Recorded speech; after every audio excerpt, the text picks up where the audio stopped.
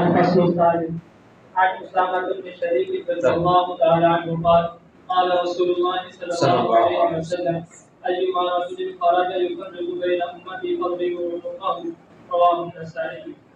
وعن شريك بن شهاب رضي الله تعالى عنه قال كنت أتمنى أن ألقى رجلا من أصحاب النبي صلى الله عليه وسلم أسأله عن الخوارج فلقيت أبا برزة في يوم عيد في نفر من أصحابه فقلت له هل سمعت رسول الله صلى الله عليه وسلم يذكر الخوارج؟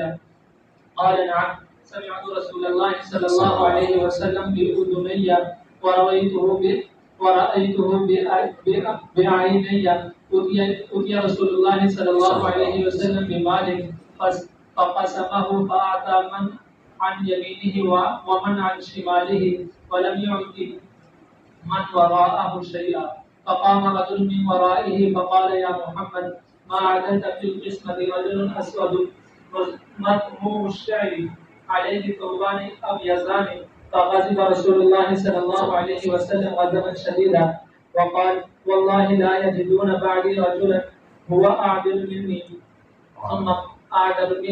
ثم قال يخرج في آخر الزمان قوم كأن هذا منهم يقرؤون القرآن لا يجاوز تراقيهم يمرقون من الإسلام كما يمرق السهم من الرمية سيماهم التحليق لا يزالون يخرجون حتى يخرج آخرهم عن المسيح الدجال فإذا لقيتموهم هم شر الخلق والخليقة.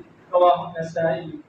وعن أبي طالب رأى أبو أمامة رؤوسا منصوبة على درج دمشق فقال أبو أمامة كلاب النار شر قتلى تحت أديم السماء خير قتلى من قتله ثم قرأ يوم تبيض وجوه وتسود وجوه. قيل لأبي أمامة أنت سمعت من رسول الله صلى الله عليه وسلم؟ قال لو لم أسمعه إلا مرة أو مرتين أو ثلاثا حتى عد سبعا ما حدثت كلهم. رواه الترمذي وابن ماجه وقال الترمذي هذا حديث حسن. كتاب الحدود. الفصل الأول عن أبي هريرة وزيد بن خالد رضي الله تعالى عنهما أن رجلين اقتسما إلى رسول الله صلى الله عليه وسلم فقال أحدهما اقسم بيننا بكتاب الله وقال الآخر أجل يا رسول الله فاقض بيننا بكتاب الله وأذن لي أن أتكلم. قال تكلم. قال إن ابني كان عسيفا على هذا فزنى بامرأته فأخبروني أن على ابني رجما فافتديت منه ب100 شاة وبجارية ثم إني سألت أهل العلم فأخبروني أن على ابني جلد 100 وتغليب عامل وإنما الرجم على امرأته. فقال رسول الله صلى الله عليه وسلم أما والذي نفسي بيده ليقضين بينكما بكتاب الله أما غنمكم وجاريتك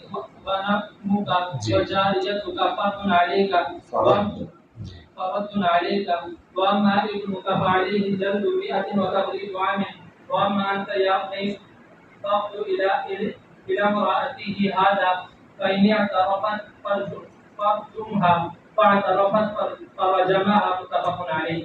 وعن زيد بن خالد رضي الله تعالى عنه قال سمعت النبي صلى الله عليه وسلم يأمر في من زنى ولم يحسن جلد 100 وتغليب عام.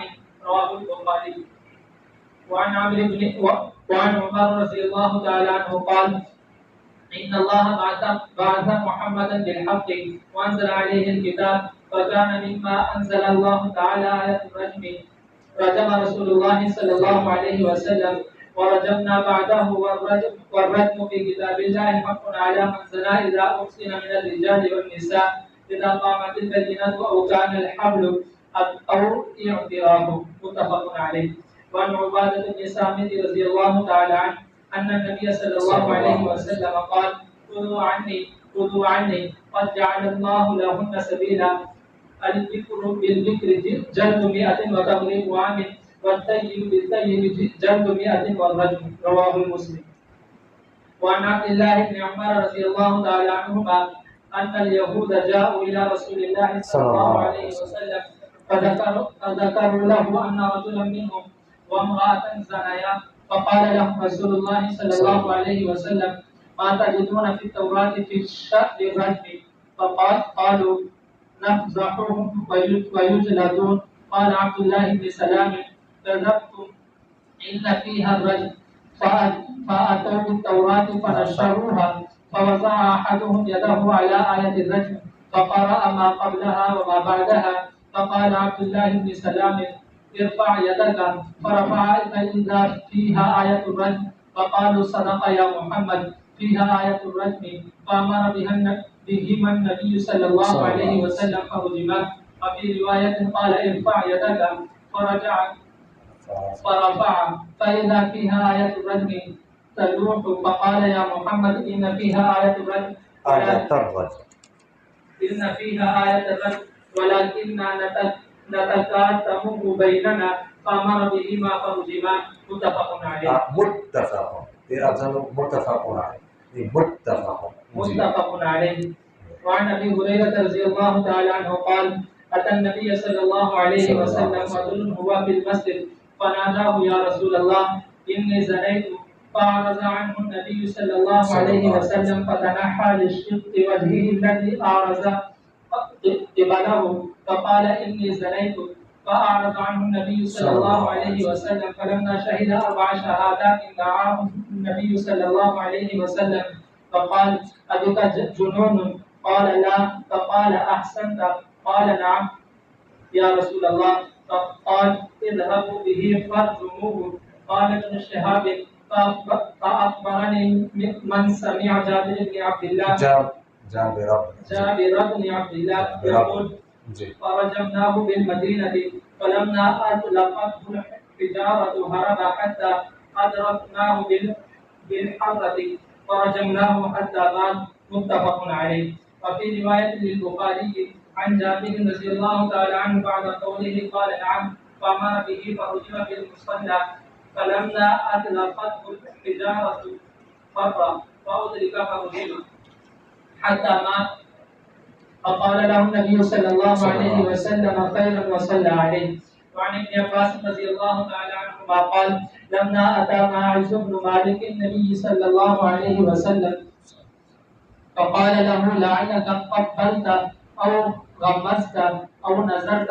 فقال لا يا رسول الله. قال أنكتها لا يكني؟ قال نعم. فعند ذلك أمر برجمه. رواه البخاري. عن بريدة رضي الله تعالى عنه قال جاء ماعز بن مالك إلى النبي صلى الله عليه وسلم فقال يا رسول الله فهمني. فقال ويحك ارجع فاستغفر الله وتب إليه. قال فرجع غير بعيد ثم جاء فقال يا رسول الله فهمني. فقال النبي صلى الله عليه وسلم مثل ذلك حتى إذا كانت الرابعة فقال له رسول الله صلى الله عليه وسلم فيما أطهرك؟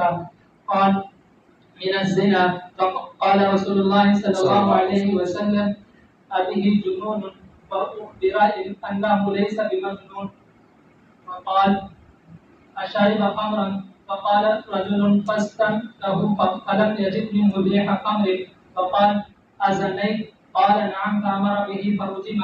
فلبثوا يومين أو 3 ثم جاء رسول الله صلى الله عليه وسلم فقال استغفروا لماعز بن مالك لقد تاب توبة لو قسمت بين أمتي لوسعتهم. ثم جاءته المرأة من غامد من الأسد فقالت يا رسول الله فهمني. فقال ويحك ارجعي فاستغفر الله وتوبي إليه. فقالت تريد أن ترددني كما رددت ماعز بن مالك إنها حبلى من الزنا؟ فقال أنت؟ قالت نعم. قال لها حتى تضعي ما في بطنك. قال فكفلها رجل من الأنصار حتى وزعت. فأتى النبي صلى الله عليه وسلم فقال قد وزعت الغامدية. فقال إذا لها نذرها ونذع ولدها صغيرا ليس له من يرضعه. فقال رجل من الأنصار فقال إلي رضاعه يا نبي الله. قال فرجمها. وفي رواية أنه قال لها اذهبي حتى تلدي. فلما ولدت قال اذهبي فأرضعيه حتى تفتميه فلما فاطمته أتته بالصبي حتى يده كسرة خبز فقالت هذا يا نبي الله قد قتمته وقد أكلت معا فدفع الصبي إلى رجل من المسلمين ثم أمر بها فحفر لها إلى صدرها وأمر الناس فرجموه فيقبل خالد بن الوليد بحجر فرمى رأسه فتنفعت دمه على وجه خالد فسبها فقال النبي صلى الله عليه وسلم قال يا خالد فوالذي نفسي بيده لقد تابت توبة لو تابها صاحب مكس لغفر له ثم أمر بها فصلي عليه ودفنت. رواه مسلم. وعن أبي هريرة رضي الله تعالى عنه قال سمعت النبي صلى الله عليه وسلم يقول إذا زنت أمة أحدكم فتبين زناها فليجلدها الحد ولا يكذب عليها ثم إن زنت فليجلدها الحد ولا يكذب ثم إن زنت الثالثة فتبين زناها فليبيعها ولو بحبل من شعر. متفق عليه.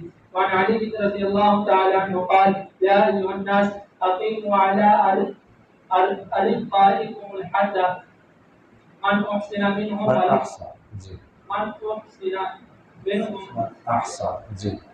أحسن منهم ومن لم يحسن فإن أمة لرسول الله صلى الله عليه وسلم زنت فأمرني أن أجلدها فإذا هي حديث عهد بنفاس فخشيت إن أنا جلدتها أن أقتلها فذكرت ذلك للنبي صلى الله عليه وسلم فقال أحسنت. رواه مسلم. وفي رواية أبي داود قال دعها حتى ينقطع دمها ثم أقم عليها الحد وأقيموا الحدود على ما ملكت أيمانكم.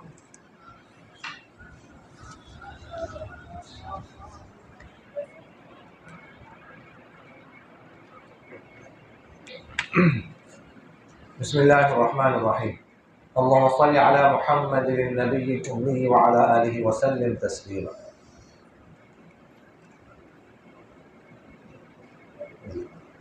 جریر رضی اللہ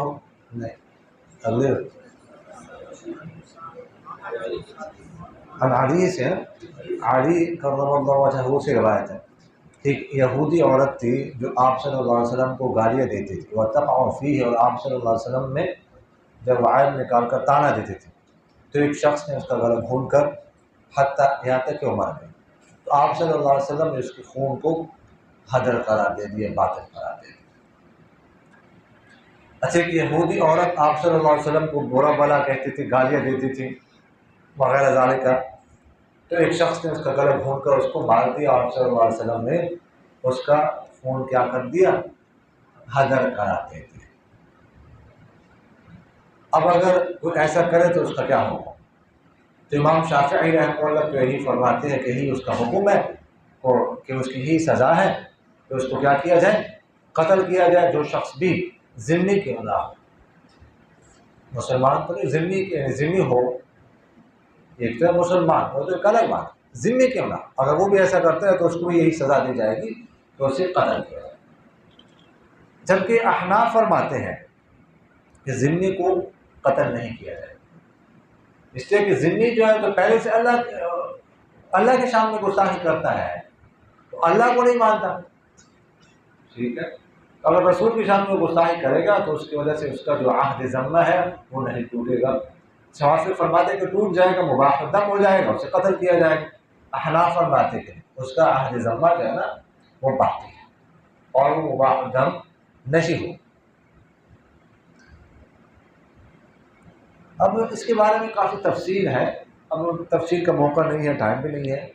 اس کے بارے میں علامہ ابن تیمیہ رحمہ اللہ ایک ارادہ تھا تفصیل سے بات کرنے کا، لیکن وہ جو ہے نا وہ آگے بڑھاتے ہیں اس سبق کو. علامہ ابن تیمیہ رحمہ اللہ کی کتاب ہے الصارم المستور علی شاتم الرسول، ویسے وہ خلیل ہے، عربی میں ہے، شاید اس کا اردو ترجمہ بھی ہو چکا ہو. شاید ہوا ہو کسی یونیورسٹی کی طرف سے، کیونکہ یونیورسٹی والے کام زیادہ کرتے ہیں اردو تراجم کا. تو یہ وہ خرید لیں، وہ کتاب خرید، بہت بہترین کتاب. اچھا یہ تو بات کی نا. اچھا ایک اخفاء الملحدین خرید لیں، علامہ انور شاہ کشمیری رحمہ اللہ، سامنے مکتبہ ایک ہے، وہ بھی خرید لیں، ضرور خرید لیں، یہ کتاب بھی خرید. تو اچھا یہ تو ان کی بات ہو. اب مسلمان اگر کوئی گستاخی کرے، اب ظاہر ہے کہ جو مسلمان گستاخی کرے گا، واضح گستاخی کرے گا تو وہ مرتد ہو جائے گا، اور کیا ہو جائے گا، وہ غیر مسلم ہو جائے گا نا. پھر اس سے جو ارتداد کا حکم ہے وہ اس پر لاگو ہوگا. لیکن ظاہر ہے کہ یہ حکم ہم لاگو نہیں کر سکتے، یہ ہمارا کام ہے، یہ عدالت کا کام. ہمارا کام ہے عدالت میں جانا اور اس کا جرم ثابت کرنا. اب اگر عدالت اس کو سزا دیتی ہے، نہیں دیتی، تو ہم عدالت کے فیصلے پر تنقید تو کر سکتے ہیں، لیکن ہم خود قانون کو اپنے ہاتھ میں نہیں لے سکتے، ہم خود سزا نہیں دے سکتے. سزا دینا یہ ہمارا کام نہیں ہے، یہ ہے صرف اور صرف عدالت کا کام. اچھا اگر کسی مسلمان نے گستاخی کی، اور جیسے میں نے آپ سے عرض کیا، اگر واقعی گستاخی ہوئی ہے تو وہ مرتد ہو جائے، کافر ہو گئے. اب اس کے توبہ کا اعتبار کیا جائے گا کہ نہیں؟ تو دیکھیے گا، احناف کے ہاں راج قول ہے کہ اس کی توبہ معتبر ہے. اگر وہ توبہ کرتا ہے تو گویا کہ وہ ارتداد سے واپس آ جائے تو اس کی توبہ معتبر ہے. لیکن مشہور یہ ہے کہ احناف کہتے ہیں اس کی توبہ کا اعتبار نہیں کیا جائے گا، ہر حال میں اسے قتل کیا جائے گا. حالانکہ یہ بات نہیں ہے. جیسے میں نے آپ سے عرض کیا کہ احناف کا راج قول یہی ہے کہ اس کی توبہ معتبر ہو گئی. اگر اس نے توبہ کی، اس سے پہلے پھر اس کو قتل نہیں کیا گیا تو پھر اس کے بعد اسے قتل نہیں کیا جائے گا. بس اتنی تفصیل جو ہے وہ کافی ہے. آگے دیکھ لیجیے. جندب رضی اللہ تعالیٰ سے روایت ہے کہ آپ صلی اللہ علیہ وسلم نے ارشاد فرمایا کہ جادوگر کے حد مارنا ہے تلوار کے ساتھ. جادوگر اگر کوئی جادو کرتا ہے تو اس کا حکم یہ ہے، کیا ہے؟ تو مالکیہ اور احناف تو مالکیہ اور حنابلہ یہی فرماتے ہیں کہ اسے قتل کیا جائے گا اور اسے توبہ کا مطالبہ بھی نہیں کیا جائے گا. جبکہ امام شافعی رحمہ اللہ فرماتے ہیں اگر اس نے توبہ نہ کی تو اسے قتل کیا جائے. احناف کے ہاں اس میں تفصیل ہے. احناف فرماتے ہیں کہ اگر تو جادو کئی قسم کا ہوتا ہے. ایک جادو وہ ہے جو موجب کفر ہو، اس میں کفریہ الفاظ کے ساتھ جادو کیا گیا ہے، شرکیہ الفاظ کے ساتھ جادو کیا گیا ہے، یہ موجب کفر ہوتا ہے. اور دوسری قسم وہ ہے جس میں موجب کفر تو نہیں ہے لیکن حرام ذریعہ استعمال کیا گیا ہے، یا کسی مسلمان کو کسی فرض وغیرہ سے روکنے کے لیے کیا گیا تو یہ بھی حرام ہے، تو ظاہر ہے یہ بھی گناہ ہے. اور تیسری قسم کا جادو وہ ہے جو جائز جادو ہوتا ہے، مثلا میاں بیوی کے درمیان محبت پیدا کرنے کے لیے، اس طرح. باقی احناف کے ہاں اگر کسی نے کسی پر جادو کیا اور اسے بالفرض جادو کے ذریعے سے قتل کر دیا تب بھی اسے قصاصاً قتل نہیں کیا جائے گا. کیوں؟ اس لیے کہ جادو جو کیا جاتا ہے نا، اس میں اگر کسی کو قتل بھی کیا جائے جادو کے ذریعے سے، اس میں جوارح کا استعمال نہیں ہوتا، اعضاء کا استعمال تو ہوتا نہیں، اعضاء کے بغیر ہوتا ہے، وہ تصرف کرتے ہیں. تو چونکہ اس میں اعضاء کا استعمال نہیں ہوتا، اس لیے اگر کوئی ایسا کرتا ہے تو اسے قتل نہیں کیا جائے گا. اور جادو کا اثر ہوتا ہے، ہم مانتے ہیں. معتزلہ کہتے ہیں جادو کا اثر نہیں ہوتا، لیکن اہل سنت والجماعت کہتے ہیں جادو کا اثر ہوتا ہے. تو ہاں اگر کوئی جادوگر ایسا ہے کہ جو بہت زیادہ اس نے فتنہ فساد برپا کیا ہوا ہے، تو پھر جو حاکم وقت ہوتا ہے وہ تعزیر دے سکتا ہے. اور تعزیر کے بارے میں پہلے ہم نے عرض کیا کہ تعزیر جو ہے نا، اس میں حاکم وقت کے پاس یہ بھی اختیار ہوتا ہے کہ اسے کسی کو قتل بھی وہ کر سکتا ہے. سمجھ آ گئی جی؟ اگلی فصل دیکھ لیجیے، الفصل الثالث. اسامہ بن شریک رضی اللہ تعالیٰ عنہ سے روایت ہے کہ آپ صلی اللہ علیہ وسلم نے ارشاد فرمایا کہ جو شخص نکلے میرے امت کے درمیان تفرقہ پیدا کرنے کے لیے تو اس کی گردن اڑا. یعنی امت کے درمیان کیا کرتا ہے؟ تفرقہ ڈالتا ہے، اختلاف پیدا کرتا ہے. خروج کرتا ہے، امام وقت کے خلاف خروج کرتا ہے۔ خروج تو سمجھتے ہو کہ نہیں؟ خروج یعنی وہ نکلتا ہے جھٹے کے ساتھ، ایک جماعت کے ساتھ مسلح جد و جہد کرتا ہے، تو اس کو خروج کہا جاتا ہے۔ تو حاکم وقت کے خلاف جو ہے نا وہ خروج یہ درست نہیں ہے، خاص کر جب حاکم وقت کیا ہو؟ نیک ہو۔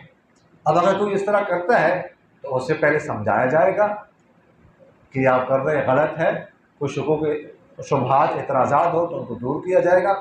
اگر وہ باس نہیں آتا تو پھر اس کے ساتھ جو ہے نا وہ جنگ کی جائے گی، نہیں بات آتا تو پھر اسے قتل بھی کر سکتے ہیں، پھر اس پر جو ہے نا وہ باغی کا حکم لاگو ہوگا۔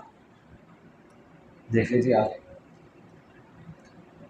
شریک بن شہاب سے روایت، وہ فرماتے ہیں کہ میری تمنا تھی، خواہش تھی کہ میں آپ صلی اللہ علیہ وسلم کے صحابہ میں سے، ساتھیوں میں سے کسی ساتھی سے ملاقات کروں اور میں اس سے پوچھوں خوارج کے بارے میں۔ تو میری ملاقات ہو گئی ابو برزہ اسلمی رضی اللہ تعالیٰ عنہ سے عید والے دن، صحابہ کے کچھ لوگوں میں نے ان سے کہا کہ آپ نے آپ صلی اللہ علیہ وسلم کو سنا ہے خوارج کا ذکر کرتے ہوئے؟ انہوں نے کہا ہاں جی، میں نے آپ صلی اللہ علیہ وسلم کو سنا ہے اپنے دونوں کانوں سے اور میری دونوں آنکھوں نے، اور میں نے ان کو دھوکے اپنی دونوں آنکھوں سے۔ آپ صلی اللہ علیہ وسلم کو مال آپ صلی اللہ علیہ وسلم کے پاس لایا گیا تو آپ صلی اللہ علیہ وسلم نے اس مال کو تقسیم کیا، دائیں طرف جو لوگ تھے ان کو بھی دیا، بائیں طرف جو لوگ تھے ان کو بھی دیا، اور پیچھے جو لوگ تھے ان کو نہیں دیا۔ تو ایک شخص پیچھے سے کھڑا ہو گیا، اس نے کہا اے محمد ما عدلت فی القسم، اس نے کہا آپ نے تقسیم میں انصاف نہیں کیا۔ ایک شخص تھا، کالے رنگ کا تھا اور اس کے سر جو ہے اس نے منڈایا ہوا تھا، اس پر 2 سفید کپڑے تھے۔ آپ صلی اللہ علیہ وسلم کو شدید غصہ آیا اور فرمایا اللہ کی قسم تم میرے بعد نہیں پاؤ گے ایسا شخص جو مجھ سے زیادہ عدل کرنے والا۔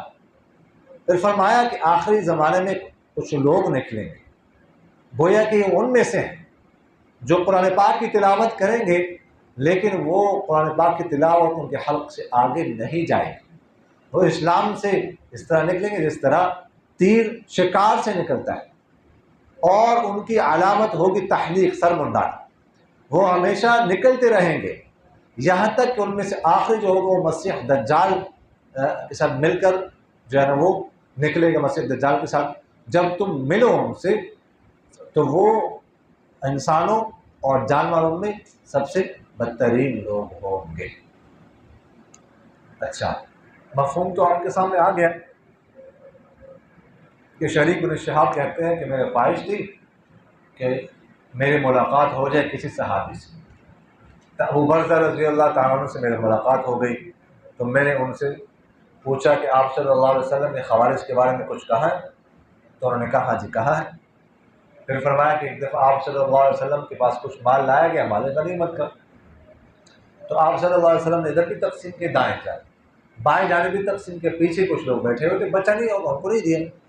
تو ایک شخص کھڑا ہو گیا، اس نے کہا آپ نے انصاف نہیں کیا، اے محمد ما عدلت، آپ نے انصاف نہیں کیا۔ تو آپ صلی اللہ علیہ وسلم کو بہت غصہ ہے کہ بے ادبی ہے، ٹھیک ہے۔ تو آپ صلی اللہ علیہ وسلم کو اس بات پر بہت غصہ اور فرمایا کہ تم میرے بعد کسی کو بھی مجھ سے زیادہ عدل والا نہیں پاؤ گے۔ ظاہر سی بات ہے، آپ صلی اللہ علیہ وسلم کے بعد آپ صلی اللہ علیہ وسلم سے زیادہ عدل والا کون ہو سکتا ہے؟ ممکن ہی نہیں۔ پھر فرمایا کہ آخر میں کچھ لوگ آئیں گے جو دین سے اس طرح نکلیں گے جس طرح تیر شکار سے نکلتا ہے، اور یہ بھی انہی میں سے ہے۔ پھر فرمایا ان کی علامت کیا؟ تحلیق، سر منڈانا۔ اچھا، اس میں مطموم الشعر، تم یا تم باب نصرہ سے بال کٹوان، سر منڈانا۔ تو یہ کل بھی یہ ان کی علامت گزر چکی ہے خوارج کی، یہ سر منڈاتے ہوتے تھے۔ تو فرمایا ان میں سے آخری شخص دجال کے ساتھ جو ہے وہ ملے۔ باقی بات کل بھی ہو چکی ہے کہ وہ لوگوں میں سے اور جانوروں سے سب سے بدترین لوگ۔ تو مطلب ان کا یہ تھا ابو برزہ اسلمی رضی اللہ تعالیٰ عنہ کا کہ یہ جو شخص تھا گویا کہ ان کا یہ ہے کہ بھی خوارج، اصل تو ابھی خوارج تو نکلے نہیں، خوارج کا تعارف میں کل کر چکا۔ خوارج نکلیں گے جنگ صفین میں جا کے 37 ہجری میں، سمجھ آ رہے؟ ابھی تو آپ صلی اللہ علیہ وسلم ہے، لیکن آپ صلی اللہ علیہ وسلم نے اشارہ کر دیا ان کی طرف ذکر انہوں نے کہا تھا کہ ذکر آپ کو ہے حدیث میں، تو انہوں نے ذکر کو بتایا کہ ہاں ذکر آپ صلی اللہ علیہ وسلم نے فرمایا، اور یہ لوگ ہیں خوارج۔ سمجھ آ گئی؟ آگے دیکھ لیجیے۔ ابو غالب کہتے ہیں کہ ابو امامہ رضی اللہ تعالیٰ عنہ کچھ سر دیکھے جو پڑے ہوئے تھے دمشق کے شاہراہ پر، راستے پر۔ ابو امامہ رضی اللہ عنہ نے فرمایا آگ کے کتے ہیں، اور بدترین مقتول ہے آسمان کے چمڑے کے نیچے، اور بہترین ہے وہ مقتول جن کو ان خوارج نے، ان لوگوں نے قتل کیا ہے۔ پھر یہ آیت تلاوت فرمائی، یوم تبیض وجوہ وتسود وجوہ، جس دن کچھ چہرے سفید ہوں گے اور کچھ چہرے سیاہ ہوں گے۔ ابو امامہ رضی اللہ تعالیٰ عنہ سے کہا گیا کہ آپ نے آپ صلی اللہ علیہ وسلم سے کچھ سنا ہے؟ انہوں نے فرمایا اگر میں نے نہ سنا ہوتا مگر ایک دفعہ، 2 دفعہ، 3 دفعہ، یہاں تک کہ انہوں نے 7 دفعہ شمار کی، تو میں تمہیں یہ بات نہ بتاتا۔ یعنی کچھ سر پڑے ہوئے تھے، ٹھیک ہے، سر تھے وہ خوارج کے، قتل کیا کہ ان کے سر کسی نے پھینکے ہوں گے، تو دیکھے تو انہوں نے فوراً پہچان لیا کہ یہ خوارج۔ تو ابو امامہ رضی اللہ تعالیٰ عنہ فرمانے لگے بدترین مقتول ہے، برے لوگ، اور جن کو انہوں نے شہید کیا وہ بہترین مقتول ہے، یعنی وہ شہید۔ پھر کسی نے پوچھا کہ آپ یہ جو آپ بات کر رہے ہیں، آپ نے ان کے بارے میں آپ صلی اللہ علیہ وسلم سے کچھ سنا ہے؟ انہوں نے کہا 1 دفعہ نہیں، 2 دفعہ نہیں، 3 دفعہ نہیں، 4 دفعہ نہیں، 5 دفعہ نہیں، 6 دفعہ نہیں، 7 دفعہ، کئی دفعہ میں سن چکا ہوں کہ آپ صلی اللہ علیہ وسلم جو ہے نا وہ خوارج کا ذکر کر چکے ہیں، خوارج کا ذکر کر چکے ہیں۔ سمجھ آیا؟ باقی دیکھیں خوارج جو ہے نا وہ، ان پر ہم کفر کا فتویٰ نہیں لگائیں گے، کافر نہیں تھے۔ دیکھو سب سے زیادہ مخالفت انہوں نے کس کی ہے؟ حضرت علی کرم اللہ وجہہ کی ہے۔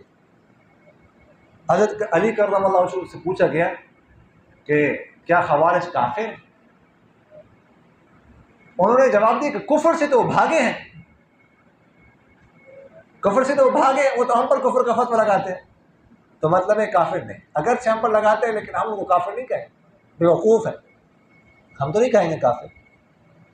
پھر پوچھا گیا حضرت علی سے کیا وہ منافق ہیں؟ تو انہوں نے فرمایا کہ منافق تو اللہ کا ذکر نہیں کرتا ہے، تو صبح شام اللہ کا ذکر کرتے ہیں، نیک تھے، مطلب عبادات کرتے تھے، نماز پڑھتے تھے، بہت خشوع خضوع کے ساتھ تہجد پڑھتے تھے، ذکر کرتے تھے، داڑھی رکھتے تھے، گناہ تو نہیں کرتے تھے، زنا کرتے ہو، شراب پیتے ہو، قتل و غارت یہ نہیں کرتے تھے، اس طرح بہت نیک تھے، لیکن خرابی عقیدے میں آئی۔ تو اصل خرابی اعمال سے زیادہ خرابی عقیدے۔ پھر فرمایا کہ کیوں جو ہے نا یہ پھر کون ہے؟ تو انہوں نے فرمایا گمراہی نے ان کو گھیر لیا، یعنی عقیدے کی گمراہی نے ان کو گھیر لیا۔ تو مطلب یہ ہے کہ وہ گمراہ ہیں، عقیدہ ان کا جتنا بھی خراب تھا، ٹھیک ہے۔ حضرت علی کرم اللہ وجہہ نے پہلے بہت نرمی کی۔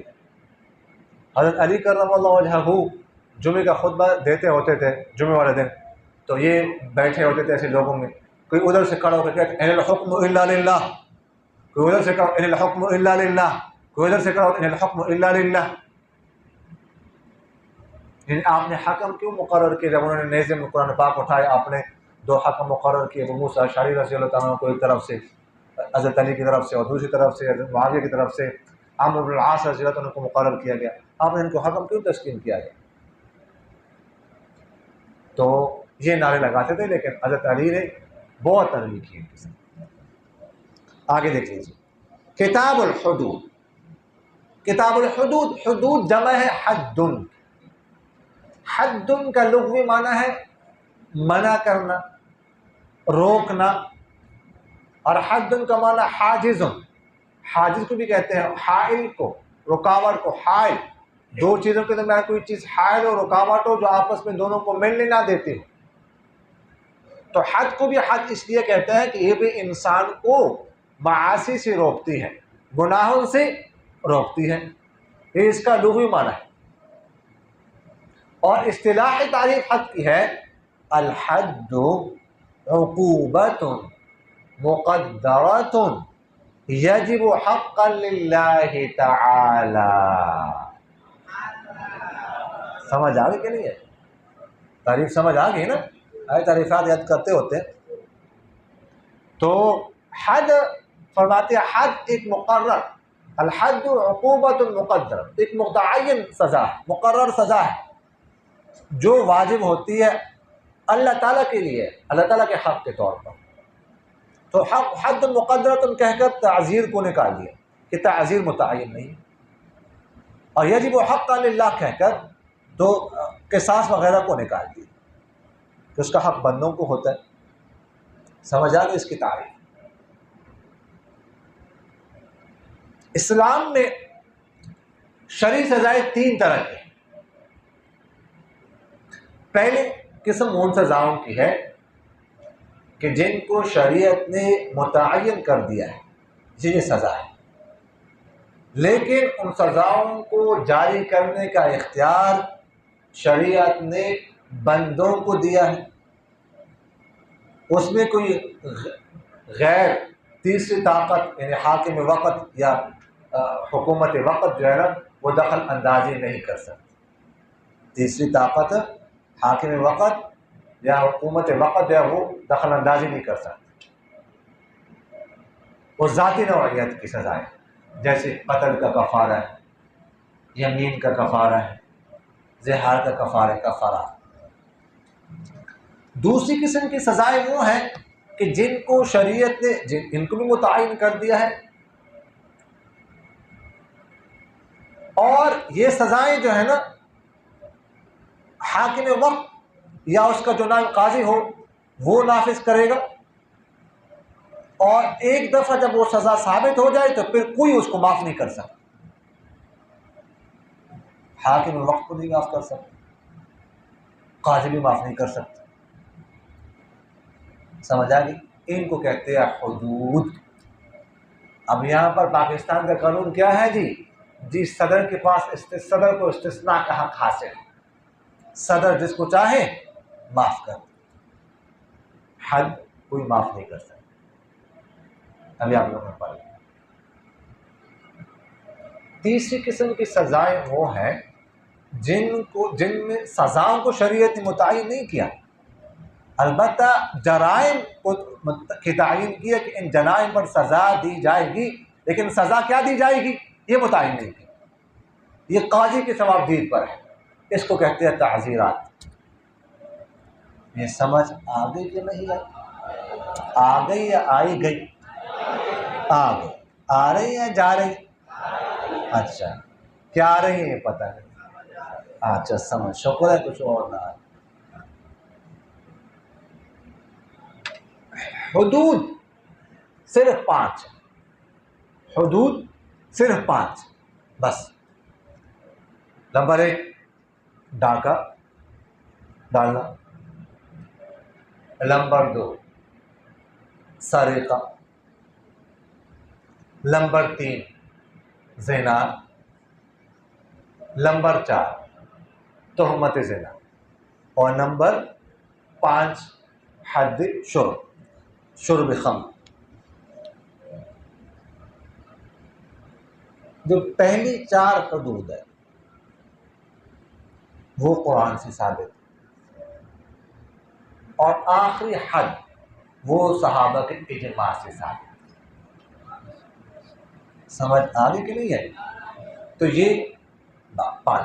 باقی حدود کی کیا فوائد ہیں اور اس پر تفصیل بحث جو ہے نا وہ کی جا سکتی ہے، لیکن وہ یہاں پر ٹائم نہیں ہے.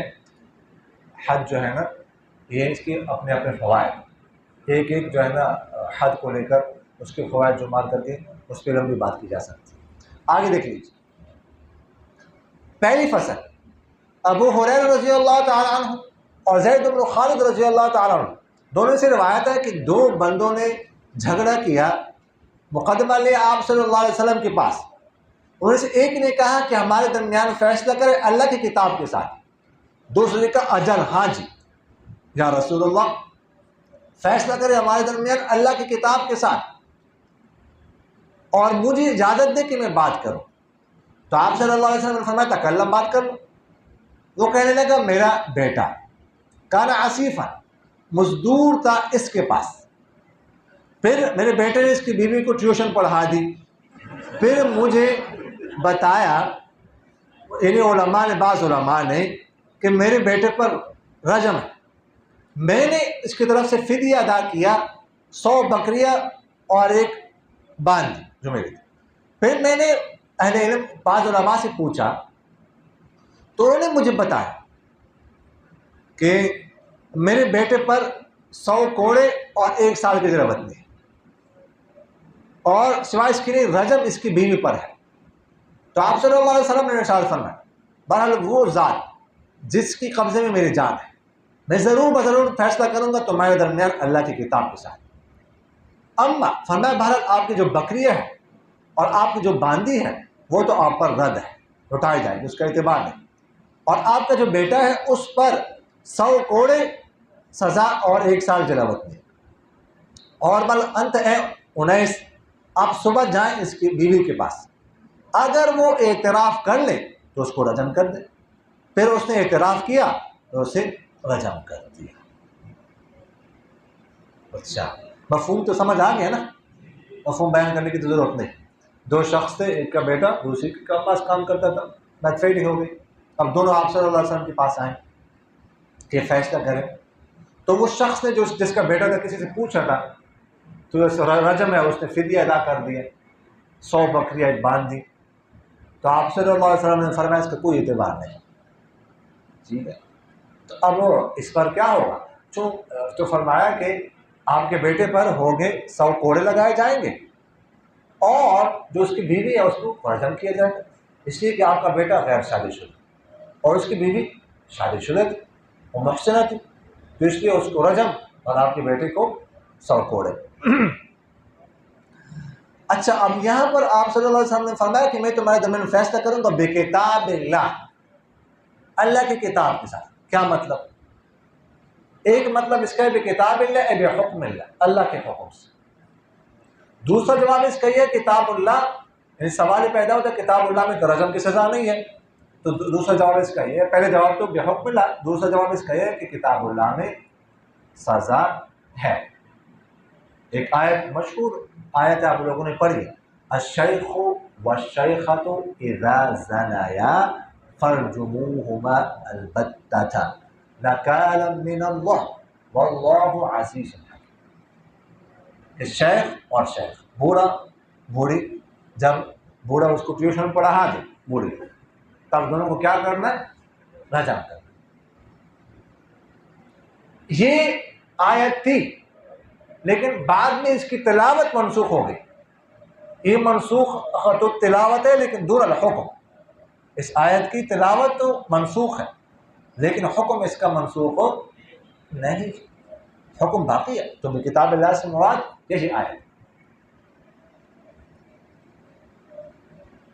پھر فرمایا اچھا آپ کے بیٹے پر 1 سال، بیٹے پر 100 کوڑے اور 1 سال کی جلاوت میں.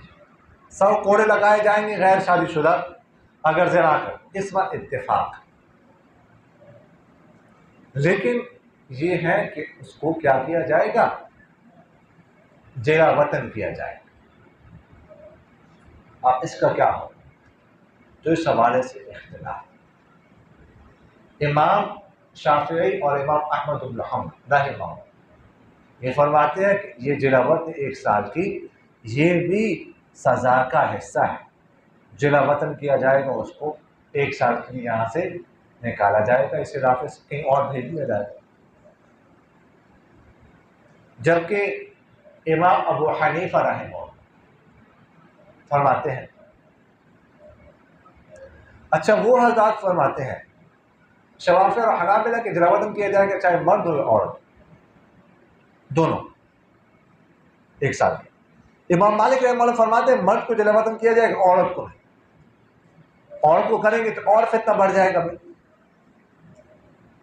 امام ابو حنیفہ رحمہ اللہ فرماتے ہیں کسی کو بھی جلا وطن نہیں کیا جائے گا. وہ فرماتے ہیں جلا وطنی جو ہے نا یہ حد کا حصہ نہیں ہے، یہ حد کا حصہ نہیں ہے. یہ قاضی کے ثوابدید پر ہے، تعزیر ہے۔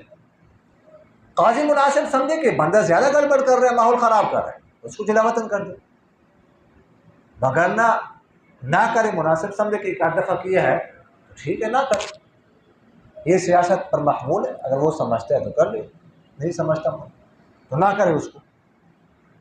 تو وہ حضرات اس سے استدلال کرتے ہیں، اور بھی کچھ روایات میں تقریب عام کا لفظ ہے، 1 سال کے لیے اس کو جلا وطن کر دے۔ سمجھ آ گئی؟ احناف فرماتے ہیں کہ دیکھیے گا قرآن پاک میں یہ سزا دے، فَاجْلِدُوا كُلَّ وَاحِدٍ مِّنْهُمَا 100 جلد، صرف 100 کوڑوں کی سزا ہے۔ اب اگر اس کو ہم لیتے ہیں تقریب حدیث میں، اس کو حد کا حصہ قرار دیتے ہیں، تو خبر واحد کے ذریعے سے زیادتی آئے گی کس پر؟ کتاب اللہ۔ تو خبر واحد کے ذریعے سے کتاب اللہ پر زیادتی جائز نہیں ہے۔ سمجھ آ رہی کہ نہیں آ رہی؟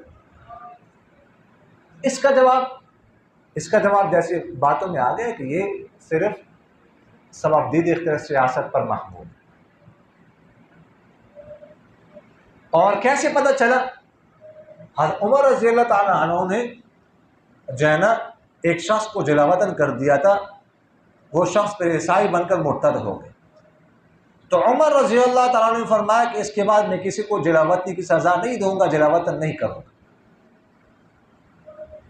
اب اگر یہ حد کا حصہ ہوتا تو عمر رضی اللہ تعالیٰ عنہ کیسے کہہ سکتے تھے کہ میں نہیں کروں گا؟ وہ حد ہے، وہ تو کرنی ہے، چاہے جو بھی ہو جائے۔ تو اس سے معلوم ہوا کہ سیاست پر محمول ہے، یہ قاضی کے ثوابدید اختیارات پر محمول ہے، وہ چاہے تو دے دے، چاہے۔ اور بھی بہت سارے صحابہ کے فیصلے اس طرح موجود ہے کہ انہوں نے جلا وطن نہیں کیا۔ سمجھ آگے دیکھ لیجیے۔ اچھا، دوسرا مسئلہ اس میں ہے کہ صبح جاؤ اس کی بیوی کے پاس، فَإِنِ اعْتَرَفَتْ، اگر وہ اعتراف کر تو اس کو رجم کر۔ اب اعتراف کتنی دفعہ کر لیں؟ تو شوافی اور مالکیہ فرماتے بس 1 دفعہ بھی اگر اعتراف کر لیے زنا کا تو اس پر حد جاری ہو، جبکہ احناف اور حنابلہ فرماتے ہیں کہ نہیں، 4 دفعہ اعتراف کرنا ضروری ہے، اور وہ بھی الگ الگ مجلس میں۔ 1 دفعہ پھر لوٹایا جائے واپس، دوسرے دفعہ، پھر تیسرے دفعہ۔ احناف استدلال کرتے ہیں معاذ اسلمی رضی اللہ تعالیٰ عنہ کا واقعہ ابھی آ رہا ہے، 4 دفعہ آپ صلی اللہ علیہ وسلم نے اس کو لوٹایا تھا، 4تھی دفعہ میں پھر جب انہوں نے کیا تو حد جاری کیا۔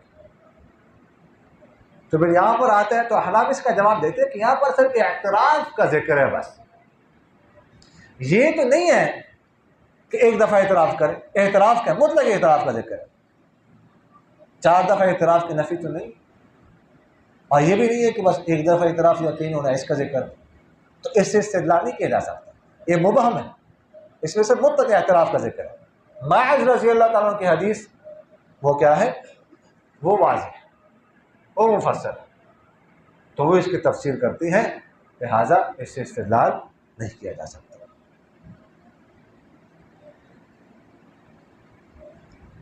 اگلی روایت میں زید بن خالد رضی اللہ تعالیٰ عنہ سے روایت ہے کہ میں نے آپ صلی اللہ علیہ وسلم کو یہ فرماتے ہوئے سنا، وہ حکم کر رہے تھے وہ شخص کے بارے میں جس نے زنا کیا تھا اور وہ محسن نہیں تھا۔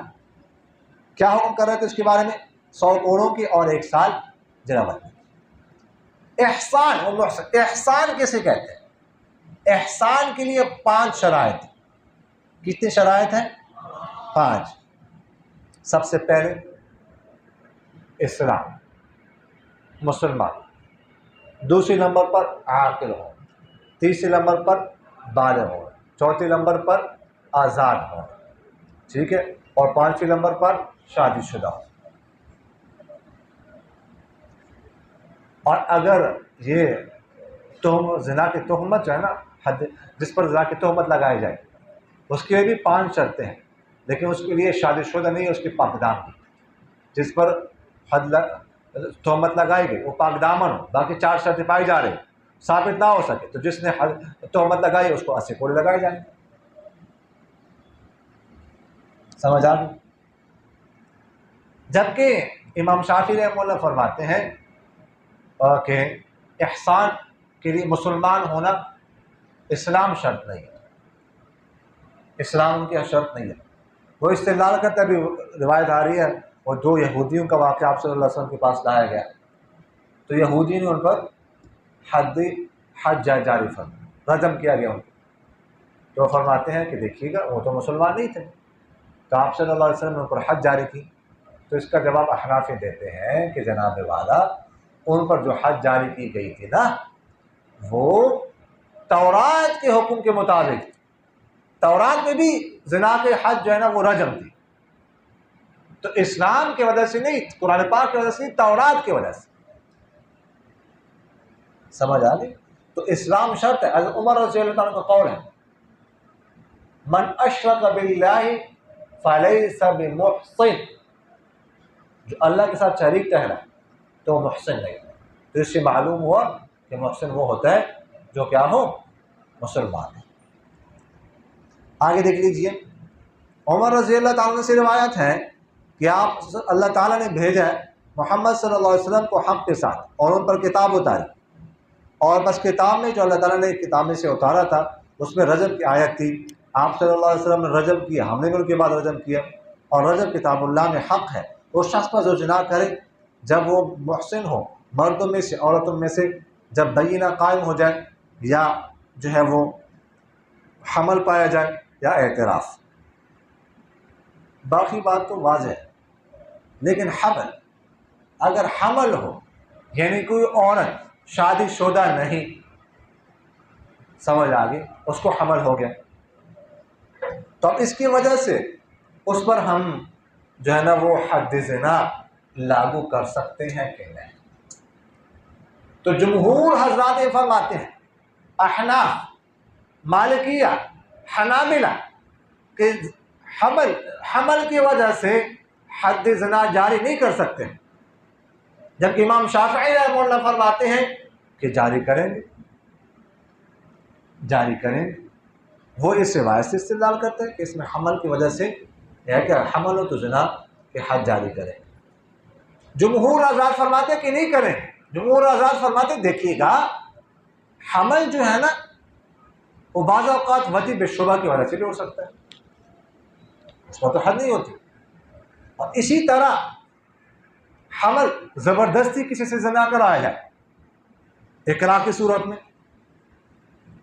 اس صورت میں بھی جو ہے نا وہ ہو سکتے ہیں، یا نیند کی حالت میں بھی ہو سکتا ہے۔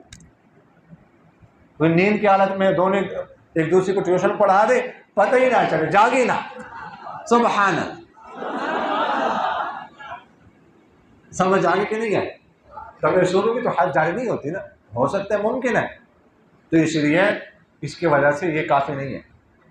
تو اس کا جواب یہ ہے کہ یہ انکار بعید کے طور پر کہا ہے حضرت عمر نے کہ جب حمل ہو جائے تو پھر یا تو گناہوں کے ذریعے سے، گواہوں کے ذریعے سے جو ہے نا وہ زنا ثابت ہوگا، یا اعتراف، یعنی گواہوں کے ذریعے سے ہو جائے یا اعتراف پایا جائے تو پھر جو ہے نا وہ حد جاری ہوگی، صرف حمل کی وجہ سے نہیں۔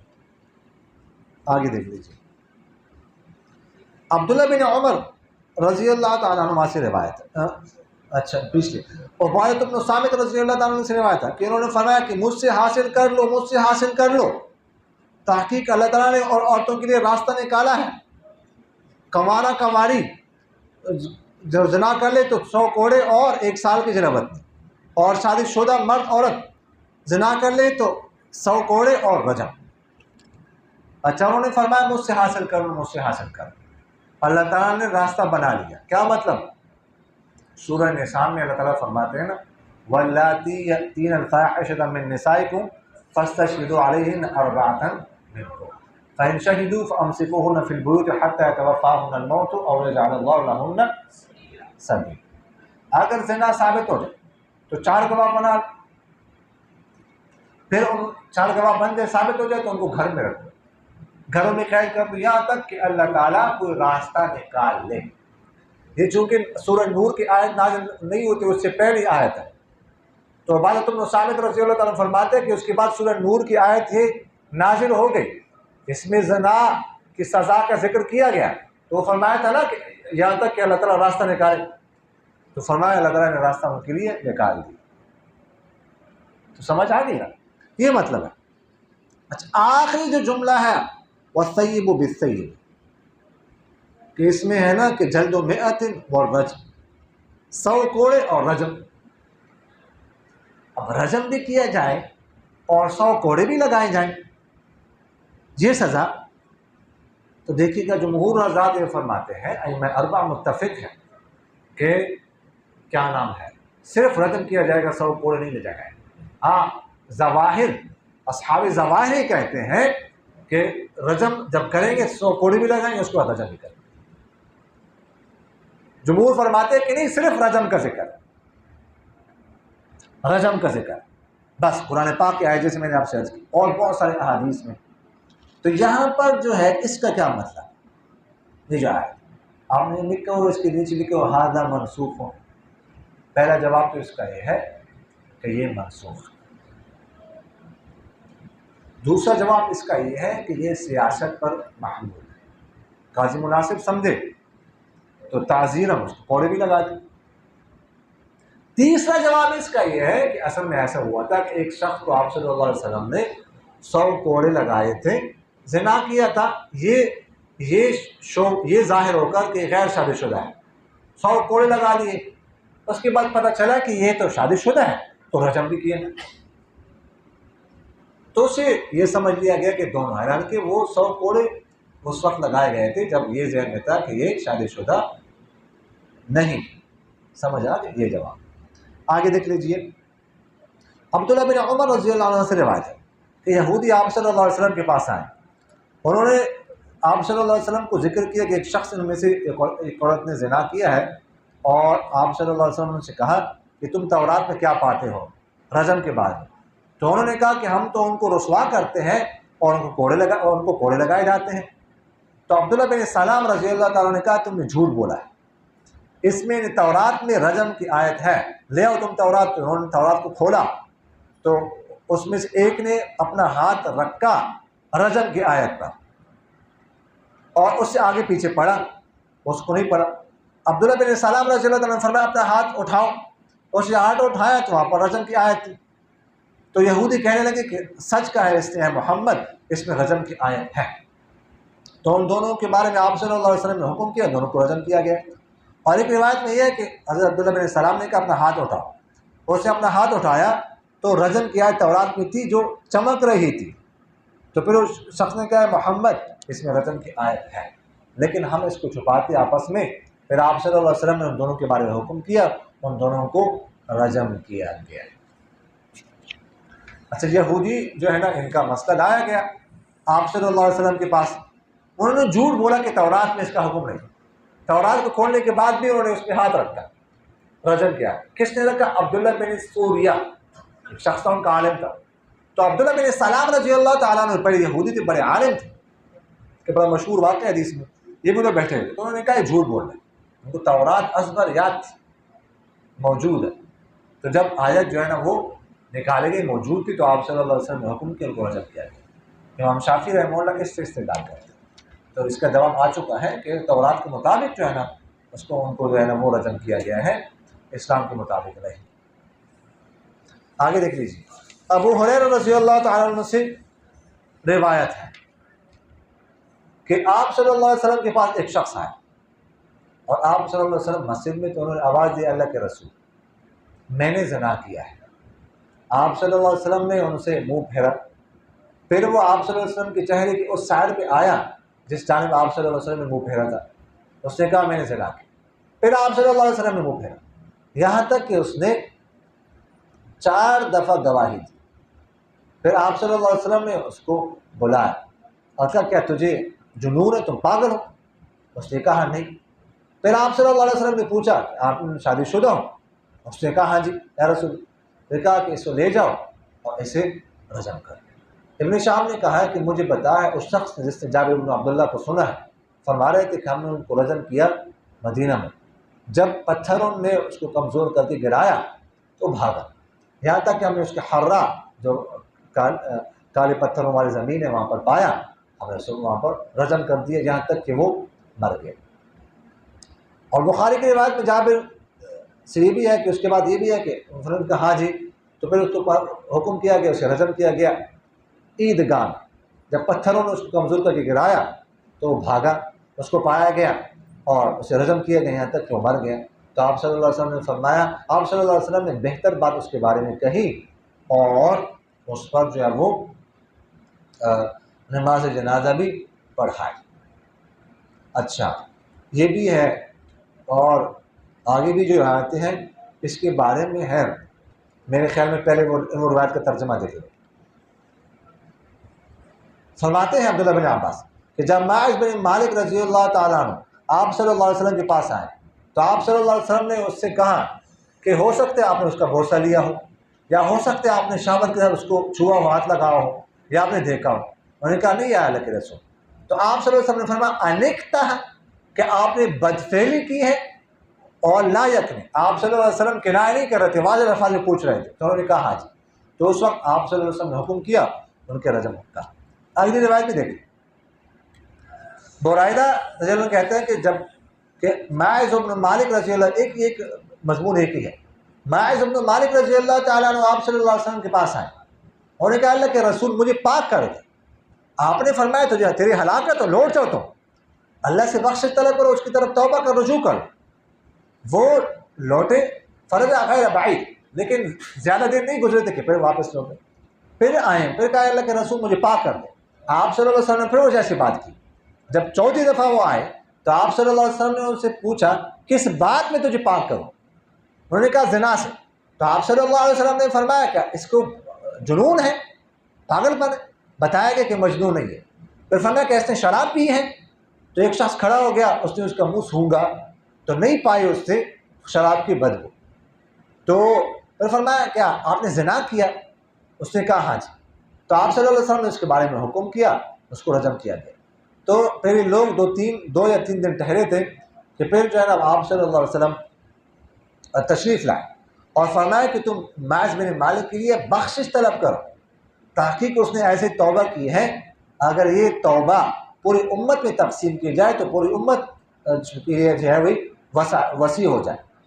پھر ایک عورت آئی، غامد جو ہے نا قبیلے از قبیلے کی عورت تھی، تو اس نے کہا اللہ کے رسول مجھے پاک کر دے۔ تو آپ نے فرمایا تیری ہلاکت ہو، واپس لوٹو، اللہ سے بخشش طلب کرو، اس کی طرف توبہ کرو۔ تو وہ کہنے لگے کیا آپ چاہتے ہو کہ جیسے آپ نے ماعز کو لوٹایا اس طرح مجھے واپس کرنا چاہتے ہیں؟ یہ تو حاملہ ہے زنا سے، یہ تو یعنی اپنی طرف۔ آپ صلی اللہ علیہ وسلم نے فرمایا آپ اپنی بارے میں کہہ رہی ہو؟ اس نے کہا ہاں جی۔ تو آپ صلی اللہ علیہ وسلم نے اس سے فرمایا یہاں تک کہ تم جو ہے نا وہ گراؤ، یعنی وضع حمل ہو جائے، بچہ پیدا کرو جو آپ کے پیٹ میں ہے وہ۔ پھر ایک شخص نے اس کی کفالت لی انصار میں سے، یہاں تک کہ جب وضع حمل ہو گیا تو آپ صلی اللہ علیہ وسلم کے پاس وہ شخص آئے، اس نے کہا کہ غامدیہ نے بچہ جن لیا۔ تو فرمایا کہ تب تو ہم نہیں اس کو رجم کریں گے اور چھوڑ دیں، اسے بچے کو چھوٹا ہے، ایسا نہیں کریں گے، نہیں ہے اس کے لیے جو اس کو دودھ پلائیں۔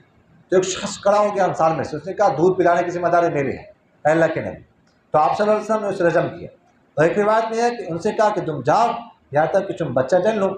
جب اس نے فلما ولدت، جب اس نے بچہ جن لیا تو فرمایا کہ تم چلے جاؤ اور اس کو دودھ پلاؤ یہاں تک اس کا دودھ تم چھوڑاؤ۔ جب اس نے اس کو دودھ چھوڑایا اور اپنے بچے کو لے آئی، بچے کے ہاتھ میں اس کا روٹی کا ایک ٹکڑا تھا، تو وہ کہنے لگے اے اللہ کے نبی یہ ہے بچہ، اسے میں نے دودھ چھڑا دیا اور یہ کھانا کھا رہا ہے، ہاتھ میں ٹکڑا ہے۔ تو آپ صلی اللہ علیہ وسلم وہ بچے کو حوالے کیا گیا مسلمانوں میں سے ایک شخص کے، اور آپ صلی اللہ علیہ وسلم نے اس کے بارے میں حکم کیا، اس کے لیے گھڑا کھودا گیا اور سینے تک، اور اس کے بعد حکم کیا لوگوں نے اس کو رجم کیا۔ تو خالد بن ولید پتھر لے کر متوجہ ہوئے آ گئے، اس کے سر پر مارا تو اس کے سر سے خون نکلا، اس کی چھینٹیں حضرت خالد کے چہرے پر پڑی۔ پھر حضرت خالد نے اس کو برا بلا کر گالیاں دی۔ تو آپ صلی اللہ علیہ وسلم نے فرمایا ٹھہر جاؤ، نرمی اختیار کر اے خالد، اس ذات کی قسم جس کے قبضے میں میری جان ہے، اس نے ایسے توبہ کی ہے، اگر یہ توبہ ناجائز ٹیکس والا کر دے تو اس کی بھی مغفرت کی جاتی۔ پھر فرمایا اس کے بارے میں حکم کیا، اس پر نماز جنازہ پڑھی گئی اور اسے دفن کیا گیا۔ اچھا جی، ماعز اسلمی رضی اللہ تعالیٰ عنہ کا واقعہ ہے اچھا یہ پہلی حدیث جو ہے نا اسے دیکھ لے ذرا کہ اب بار بار اس کو خیر لوٹانے پر اس میں ازلقت و ازلاق کہتے ہیں کسی تیز چیز سے کسی کو کمزور کر کے گرانا. اچھا یہاں پر ہے کہ اس کو حرہ کے مقام پر کیا کیا گیا؟ رجم کیا گیا. حرہ کچھ ایک جگہ تھی کالے پتھر ہوتے تھے اس کو حرہ کہتے تھے. اچھا بعض روایت میں آیا تھا کہ بقیع غرقد میں جا کے بقیع غرقد جنت میں وہاں پر رجم کیا گیا. اور بعض میں مصلی کا لفظ آتا ہے عیدگاہ میں ان کو رجم کیا گیا. 3 طرح کے الفاظ آتے ہیں. تو بقیع غرقد اور مصلی بالکل پاس ساتھ ایک دوسرے کے ساتھ ساتھ ہیں. تو دونوں تقریباً ایک جگہ ہے. اور حرہ میں جان پر لفظ حرہ میں تو ہم لوگوں نے پڑھ لیا کہ وہاں پر ان کو رجم کر رہے تھے تو بھاگے وہاں سے. تو بھاگے تو حرہ کی جگہ میں ان کو پکڑ لیا وہاں پہ پھر ان کو رجم کر دیا. تو اس طرح 3 روایت میں تطبیق. وفاق کے سوال وفاق کے پرچے میں آپ سے سوال آ جائے کہ اس میں زمین تطبیق کیا ہے. سوال آ سکتا ہے کہ نہیں آ سکتا؟ تو تطبیق آپ کے سامنے آ رہی نا. یعنی اس طرح کے وفاق کے سوالات پرچے میں اس طرح کے سوالات آتے ہیں تو یہ اس کی تطبیق ہے. اچھا مصلی کا لفظ آتا ہے تو مصلی سے وہاں پر عیدگاہ ہے. اس سے معلوم ہوا کہ جب تک عیدگاہ یا جنازگاہ کو مسجد بنانے کی نیت نہ کی جائے تو مسجد بنتی نہیں. اگر مسجد ہوتی تو پھر اس میں وہاں پر اس کو رجم نہ کرتے تو ملوث ہونے کا خطرہ تھا. سمجھ آ رہی کہ نہیں آئی؟ اچھا اس میں یہ ہے کہ وہ بھاگے. ایک مسئلہ ذہن میں رکھیں کہ اگر کسی نے اعتراف کیا ہو خود اقرار کیا ہو گواہ نہ ہو اقرار کیا ہو اور اس کے بعد وہ بھاگ جائے تو اس کو پکڑنا نہیں. اس لیے کہ بھاگنا جو ہے نا یہ وہ اپنے اعتراف سے انکار ہے رجوع ہے. تو اپنے جو اس کا اعتراف ہے اقرار ہے اس سے رجوع کا حق اسے حاصل ہے وہ رجوع کر سکتا ہے. اگر رجوع کر لے تو اقرار ختم ہو جائے گا. تو پکڑنا نہیں. اگر بھاگ رہے تو پھر اس کا مطلب اس نے رجوع کر لی تو بس چھوڑ دو اس کو نہیں مارے. اچھا یہاں پر صحابہ نے ان کا پیچھا کیا مارا ان کو کیوں؟ اس کا جواب کیا ہے؟ تو اس کا جواب یہ کہ تو صحابہ کا اپنا فعل تھا. جب آپ صلی اللہ علیہ وسلم کو بتایا گیا نا روایتوں میں بعض روایت میں اس کی تصریح ہے تو آپ صلی اللہ علیہ وسلم نے فرمایا کہ اس کو بھاگنے دینا تھا. کیوں پکڑا اس کو؟ بھاگنے دینا تھا. ہاں اگر گواہوں کے ذریعے سے زنا ثابت ہو جائے پھر وہ رجوع نہیں کر سکتا ہے. پھر رجوع ہوگا تب جب گواہ رجوع کریں کہ ہم نے غلطی کی تھی ہم سے غلطی ہو گئی تھی پتہ نہیں تھا وہ تو فلاں شخص تھا یا کوئی اور شخص تھا جو بھی رجوع کریں وہ رجوع کر سکتے ہیں یہ نہیں کر سکتے. اور یہ بھی ہے کہ جس کو رجم کیا جائے مرد ہو تو اس کو کھڑا کر کے رجم کیا جائے. باندھنا نہیں جیسے یہاں پر بھاگے باندھا نہیں تھا. اور عورت کے لیے بہتر یہ ہے کہ وہاں اس کے کوئی گھڑا کھودا جائے جیسے یہاں پر آتے ہیں صدر تک ٹھیک ہے اور تاکہ اس میں پردے کا بھی لحاظ ہو تو وہاں پر اسے کھڑا کر کے یا بٹھا کر عورت کو اسے رجم کیا جائے. اچھا انکتہ نا کا یا نی کو باپ ذرا بس نا کا نا کا نا کو ناکت ناکتا نکنا نکتا نکتما نکتا. تو انکتا یا باپ حمزہ استفہام ہے نکتا واحد حاضر مذکر کا صیغہ ہے. سمجھا کہ نا کا یا نی کو یہ بدفعلی میں واضح ہے زنا سے بھی زیادہ واضح ہے. سمجھا یکنی یعنی آپ صلی اللہ علیہ وسلم واضح طور پر بات کر رہے تھے کوئی اشارے میں بات نہیں کر رہے تھے. تو جب انویسٹیگیشن ہوتی ہے نا تفتیش ہوتی ہے تو ایسی ہونی چاہیے واضح طور پر الفاظ ہو. اس میں جو ہے نا یہ نہیں ہے کہ جو ہے نا وہ دبے ہوئے الفاظ یا کنایات نہیں اس میں کنایات نہیں استعمال ہو سکتے واضح الفاظ استعمال کریں.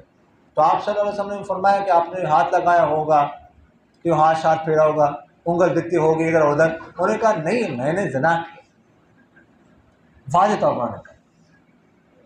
اگلی آخری روایت میں بھی ہے معاذ رضی اللہ عنہ ہے کہ 4 دفعہ ہوا ہے جسی سے احناف استدلال کرتے ہیں 4 دفعہ آ جائے اور الگ الگ جو ہے نا وہ آئے. اور پھر آپ صلی اللہ علیہ وسلم اس میں بھی تحقیق کی ٹھیک ہے. اور پاگل تو نہیں ہے شراب تو نہیں پی. ایک شخص کھڑا ہو کے اس نے منہ سونگا شراب بھی نہیں پی پاگل بھی نہیں ہے وغیرہ ذالک. جب اس نے مکمل اعتراف کیا تو آپ صلی اللہ علیہ وسلم نے اس پر سزا کا حکم جاری کیا پھر آپ صلی اللہ علیہ وسلم نے 2-3 دن ٹھہرنے کے بعد جب ہو سکتا ہے آپ صلی اللہ علیہ وسلم نے محسوس کیا ہو کہ ان لوگوں کا ذہن ان کے بارے میں کچھ اچھا نہیں ہے، تو فرمایا کہ اس کے لیے بخشش کی دعا کرو. اس نے بہت بڑی توبہ کی، یعنی پوری امت کی طرف سے گویا کہ اس کی توبہ کافی ہو گئی. اور اگلی خاتون کی یعنی ایمان پر تو میں حیران، غامدیہ رضی اللہ عنہ کے ایمان پر تو اتنا بھی مضبوط ایمان ہو سکتا ہے یار کسی کا، کہ وہ کہتے ہیں نہیں آپ نے جیسے ماعز کو اٹھایا تھا، کیا مجھے بھی معافی کرنا چاہتے ہیں، میں بھی خاموش ہو جاؤں گی، میں اقرار نہیں کروں گی. پھر بار اچھا بچہ پیدا ہو جائے، پھر آپ صلی اللہ علیہ وسلم لوٹانے کا مقصد یہ تھا کہ ہو سکتا ہے رجوع کر لیں، اپنے اقرار سے رجوع کر، نہیں بچہ پیدا ہو، پھر آگے، پھر دودھ چھوڑانے، پھر آگے، پھر یعنی بچے کو روٹی کا ٹکڑا پکڑایا کہ آپ صلی اللہ علیہ وسلم پھر شاید نہ مانے کہ نہیں اس نے تو کھانا نہیں شروع کیا، اب کچھ عرصہ پھر انتظار کرو. روایت میں تھا کہ 6 مہینے بعد آ گئی، یعنی 6 مہینے کے اندر اس نے اس کو ٹرین کر کے دودھ چھڑا دی. اتنی جلدی تھی کہ مجھ سے گناہ ظاہر ہو جائے میں پاک ہو جاؤں، گناہ کا عار ہے، اس سے پاک ہونا چاہتا. تو وہ آئی اور ٹکڑا دکھایا، تو پھر اس کے بعد جو ہے نا ان کو رجم کیا گیا. خالد بن ولید رضی اللہ عنہ کے بارے میں آتا ہے کہ انہوں نے کچھ برا بھلا کہا، تو آپ صلی اللہ علیہ وسلم نے فرمایا نہیں، اگر ناجائز ٹیکس والا بھی توبہ کرتا تو اس کی طرف سے بات. تو اس سے معلوم ہے کہ ٹیکس لگانا کتنا بڑا گناہ ہے، ناجائز ٹیکس کتنا بڑا گناہ ہے جو آج کل حکومت لگا رہے. یہ ناجائز ہے، یہ حرام ہے، اور اس سے بڑا گناہ بھی کیوں ہو سکتا ہے. اچھا پھر آگے میں اس پر نا اگر کوئی اس طرح اس کو رجم کیا جائے تو اس پر نماز جنازہ کا کیا حکم ہے؟ تو احناف اور شوافی فرماتے ہیں کہ اس پر جنازہ پڑھی جائے گی، سب پڑھ لیں. مالکیہ فرماتے ہیں مکروہ ہے. حنابلہ فرماتے ہیں کہ مقتدی لوگ تو نہ پڑھے، پیشوا لوگ جو ہے باقی حضرات پڑھ لیں تاکہ کیا ہو جائے، وہ عبرت ہو جائے. اچھا یہاں پر وصلی علیہ بھی ہے، وصلی علیہ دونوں معلوم بھی ہے مجہول بھی ہے. وصلی علیہ تو اس کا مطلب ہے کہ آپ صلی اللہ علیہ وسلم نے جنازہ نہیں پڑھا، لوگوں نے پڑھا گیا. صلی علیہ کا مطلب آپ صلی اللہ علیہ وسلم نے جنازہ پڑھایا. دونوں قسم کی روایات آتی ہیں. اصل میں آپ صلی اللہ علیہ وسلم نے شروع میں تھوڑا سا توقف کیا تھا، ذرا دیر کی تھی، تو اس کے بعد جو ہے نا پھر جنازہ پڑھا دیا. تو اس وجہ سے صلی علیہ بھی اور صلی علیہ بھی